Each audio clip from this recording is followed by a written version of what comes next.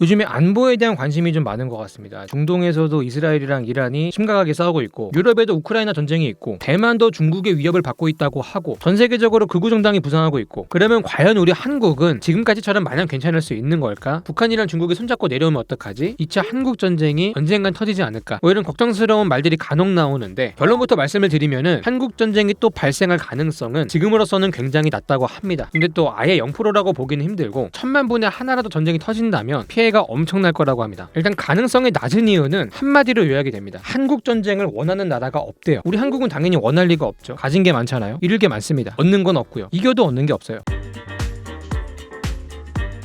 그래서 우리가 먼저 칠 일은 없고, 전쟁이 터진다면 북한이 먼저 친 걸 텐데, 북한조차도 속으론 전쟁을 원하지 않는다는 게 전문가들의 공통된 의견입니다. 생각을 해보면 모든 정권의 최우선 목표는 뭐죠? 정권의 유지겠죠. 특히 북한 같은 독재 정권은 더더욱 그렇습니다. 근데 이 정권의 생존이라는 목표에 과연 전쟁이 도움이 되는가? 그렇지 않다는 거죠. 무력 도발은 그럴 수 있습니다. 내부의 불만을 외부의 적으로 돌릴 수 있으니까요. 근데 전쟁은 다르죠. 인명피해가 너무 커요. 국토 위에 있는 모든 문명이 파괴가 되고, 경제는 몇십 년 뒤로 후퇴합니다. 이때부터는 외부의 적이 아니라 내부의 정부가 정말 미워집니다. 이때 정권 교체 엄청 당하거든요. 민중봉기나 쿠데타 같은 거 터져가지고, 심지어 북한은 이미 경제가 박살나 있어가지고 더 위험하죠. 그리고 사실 장기전으로 가면은 보급 싸움인데, 북한 경제는 이거를 할 기초 체력이 없죠. 장기전을 치를 능력이 전혀 없습니다. 때문에 전쟁에서 북한은 하나의 선택지만을 강요받는다고 해요. 뭐냐면 속전속결로 갈 수밖에 없어요. 사실 이것도 성공하기 어렵습니다. 6.25 때처럼 한국이 대책 없이 당하지 않죠. 가능한 모든 침략 시나리오에 대응할 수 있도록 수십 년 동안 방어선을 겹겹이 구축을 해왔어요. 듣자 하니까 북한에서 포신 뚜껑만 따도 바로 감지돼가지고 반격 들어간다고 하던데, 애초에 속전속결 같은 경우는 전군이 일사불란하게 움직여야 됩니다. 근데 북한군은 그 정도로 고도로 훈련이 안 돼 있죠. 기름도 물자도 없어가지고 훈련이 안 된다면서요. 또 지휘 통제 체계도 효율적이어야 되는데, 이게 될 만큼 첨단 기술이 있는 것도 아니고, 애초에 군사력 차이가 너무 크죠. 이란과 이스라엘의 상황이랑 비슷합니다. 북한이 병력 규모는 더 많은데 무기 체계가 너무 열세해요. 특히 현대전은 제공권이 중요한데, 북한은 전투기도 미국이 쓴다면서요. 자동차로 치면 이거 티코 아닙니까? 박물관에 있는 건데 이거는. 애초에 전면전에 승산이 없으니까 재래식 군비 경쟁은 사실상 포기했어요. 특히 방어는 버리고 공격에 몰빵을 했는데, 이 공격이라는 것도 비대칭 전략에 의존하고 있죠. 핵무기 같은 거. 나는 죽겠지, 근데 너도 죽을걸? 이런 느낌을 주는 건데, 건드리지 말라는 거죠. 속뜻은 결국 죽기 싫다는 거예요. 사실상 핵무기도 공격보단 방어용이라는 거죠. 핵이 있으니까 건들지 마라. 이 전쟁을 하고 싶지 않은 마음을 꾹꾹 눌러 담아서 만든 게 핵이라는 겁니다. 그 전쟁으로 가면은 미국이 개입을 할 텐데, 미국 입장에서 기왕 전쟁 시작한 거 북한 정권 날리고 그냥 친미 정권 세우고 싶지 않겠습니까? 김씨일가 진짜로 따일 수 있습니다. 북한은 미국이 너무 무서운 거예요. 근데 자기들은 그만큼 강력한 동맹이 있냐? 중국이 있긴 한데, 문제는 북한이 선제 공격을 했을 때 중국이 잘 안 도와줄 겁니다. 국제사회 여론이 안 좋을 거라서 북한이랑 같이 고립이 될 수 있거든요. 그래서 물자 지원 같은 제한적인 개입만 하거나, 좀 그만 좀 하고 평화적으로 해결합시다, 이렇게 말릴 가능성이 크다고 합니다. 중국 입장 생각을 해보면은 한국이랑 사이가 나쁜 것도 아니죠. 교역 규모도 크고 미우나 고우나 동생관계 아니겠습니까? 적극적으로 한국을 때린다? 입장이 애매합니다. 물론 전세가 많이 기울어서 북한이 아예 먹힐 정도까지 가면 중국이 이거는 막으려고 할 겁니다. 적극 개입을 할 거라고 해요. 6.25 때도 그랬으니까. 어쨌든 북한 입장에서도 좋을 게 없고, 의외로 북한도 메타인지는 잘 돼 있습니다. 미국이 진짜 화났을 때는 북한도 뭐 가만히 있는 걸로 유명하잖아요. 실제로 북한이요, 생각보다 선을 세게 넘진 않아요. 물론 연평해전이라든가 천안함 피격 사건처럼 희생자가 적지 않은 경우도 있긴 한데, 중동이랑 비교를 해보면은 애매합니다. 이스라엘이나 팔레스타인 가면요, 내 주변 사람 중에 누구 하나는 분쟁 때문에 다치거나 죽은 사람이 꼭 있다, 이런 말이 나올 정도로 누적된 피해가 커요. 근데 한국이 그 정도로 위험하진 않잖아요. 여러분, 팔레스타인 여행 가라면 갈 수 있습니까? 중동에 비하면 북한은요, 미친놈인 척하는 정상인이에요. 보통 작은 개들이 겁도 많고 무서우니까 더 짖지 않습니까? 중동은 안 짖어요. 바로 물어버립니다. 북한은 못 무니까 짖는 거고.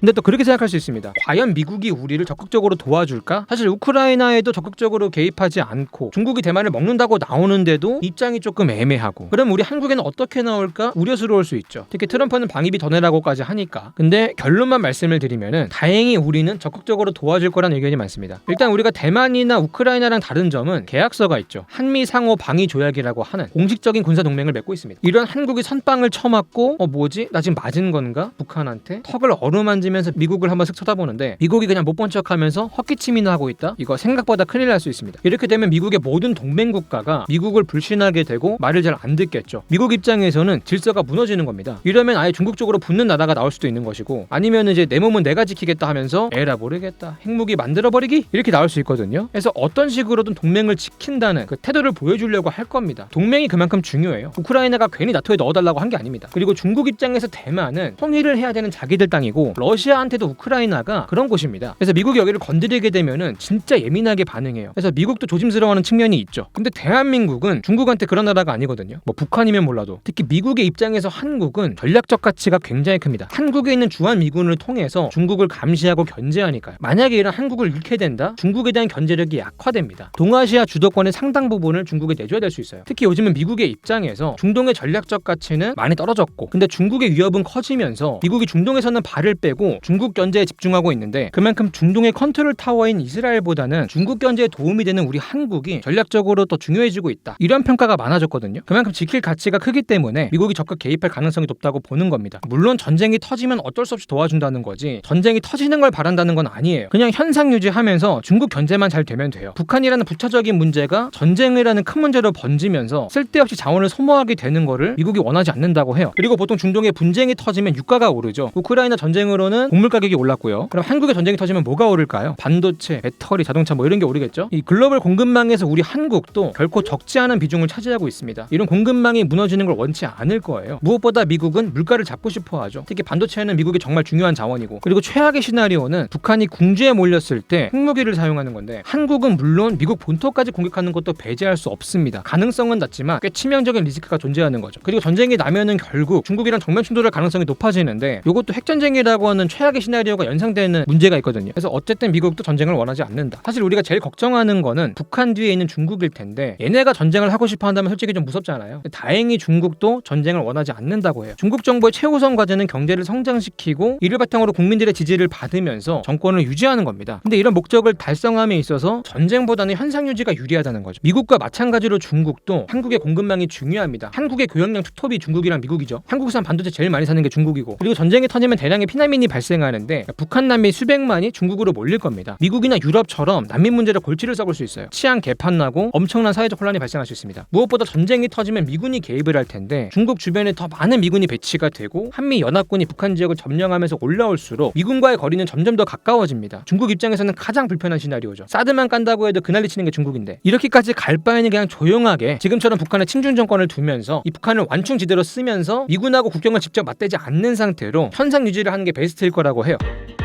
추가로 러시아도 상황은 비슷합니다. 여기도 뭐 연해주로 난민 엄청 올 거고요. 미군이 더 올라와서 좋을 게 없는 나라죠. 특히 러시아는 유럽이랑 가까운 서쪽에 인구랑 인프라가 몰려있거든. 동쪽은 거의 버려진 땅이고. 근데 이 버려진 동쪽을 개발을 하는 게 푸틴의 수건 사업이래요. 여기가 뭐 자원도 많고 개발 가치가 크답니다. 특히 우크라이나를 침략하면서 러시아가 서쪽의 유럽으로부터 고립이 됐죠. 이 유럽의 제재에서 탈출하는 출구로 동아시아 쪽으로 길을 트고 있대요. 서쪽이 막히니까 동쪽으로 뚫는 거죠. 그래서 극동지역 개발에 공을 들이고 있는 건데, 당장 그 뭐 한반도만 하더라도 부산에서 북한 찍고 러시아 찍고 유럽까지 가는 뭐 철도를 만들고 싶다 뭐 이런 얘기 하고 있고, 유럽에서 그랬던 것처럼 이제 가스관 연결해가지고 천연가스를 바로 그냥 수출해버리는 그런 생각도 하고 있다고 하는데, 북한이 워낙에 병신이라게 될지 모르겠습니다. 근데 어쨌든 러시아는 이런 걸 원하고 있어요. 근데 한반도에서 전쟁이 터진다? 외국인 투자가 싹 다 빠지겠죠. 극동지역 개발 날아가는 겁니다. 러시아 입장에서도 전쟁은 좋을 게 없다. 참 재밌는 게, 지들은 전쟁해놓고 우린 안 했으면 하는 거예요. 보다시피 이해관계 당사자들 중에서 전쟁을 하고 싶은 나라가 없어요. 딱히 누가 이간질할 건덕지도 없는 거죠. 오히려 말리고 싶은 애들만 천지빛깔입니다. 그럼에도 가능성이 제로는 아니라는 게 많은 전문가들의 공통된 의견인데, 이게 북한은 강력한 1인 독재 체제이기 때문에 독재자 한 명의 일탈을 못 막을 가능성이 좀 있다는 거예요. 특히 내부적으로 정권 붕괴 위기가 굉장히 현실적으로 다가오게 되면은 이 위기를 타개하기 위해서 사생결단으로 강도 높은 행동을 취할 수 있습니다. 이래주거나 저래주거나 그렇게 나오는 거죠. 북한 정권이 미친 척 연기를 하는 거지 실제로 굉장히 합리적이라고 했잖아요. 근데 이게 미치진 않았어도 멍청할 수는 있습니다. 지금 보니까 좀 세게 나가도 될 것 같은데, 이 정도 도발은 괜찮지 않을까 하면서 상당히 선 넘은 도발을 할 수 있는데, 이때 우리 한국이 큰 피해를 입게 되면은 우리도 보복을 강하게 하겠죠. 그러다 보면 이게 서로 체면 싸움으로 가게 되고, 더 강한 보복이 연쇄작용을 이렇게 일으키면서 어느 순간 전쟁까지 확 번질 수가 있습니다. 그리고 만에 하나 전쟁이 발생하면은 전쟁의 승패와는 무관하게 국가의 존립을 위협할 정도로 파국적인 수준의 피해를 입을 거다라는 의견이 많습니다. 뻔한 얘기지만은 산업시설이나 인프라가 전부 파괴가 되면서 경제 생산 기반을 잃는 게 굉장히 뼈아플 것 같아요. 자본시장도 완전히 붕괴가 되겠죠. 외국인 자본 다 빠져나갈 거고, 국가 신용 등급 추락할 거고, 증시 개박살 날 거고, 금융시장 무너질 거고, 금융이 무너지면 부동산도 무너지겠죠. 국민들 상당수가 부동산에 몰빵했는데 어떡합니까? 그나마 집이 남아있으면 다행이야. 부서진 분들은 어떻게 해요? 인명피해도 상상을 초월할 거라고 합니다. 한국의 수도권은 문제가 인구 밀도가 너무 높아요. 최대 수백만 명의 인명피해가 나올 수 있습니다. 특히 인구 구조가 박살이 나겠죠. 주력 생산 인구인 젊은 남자가 주니까 인구의 재생산 능력도 사라질 겁니다. 가뜩이나 출산율 답이 없는데 나라의 기반이 거덜이 날 거예요. 전쟁은 터질 가능성은 낮지만 터지면 모든 게 끝입니다. 늘 경계를 해야 되고요. 특히 전쟁을 주장하는 사람이 있다면 정말 경계를 해야 됩니다. 자, 오늘 영상 여기까지고요. 지금까지 지식한 입의 한입만이었습니다.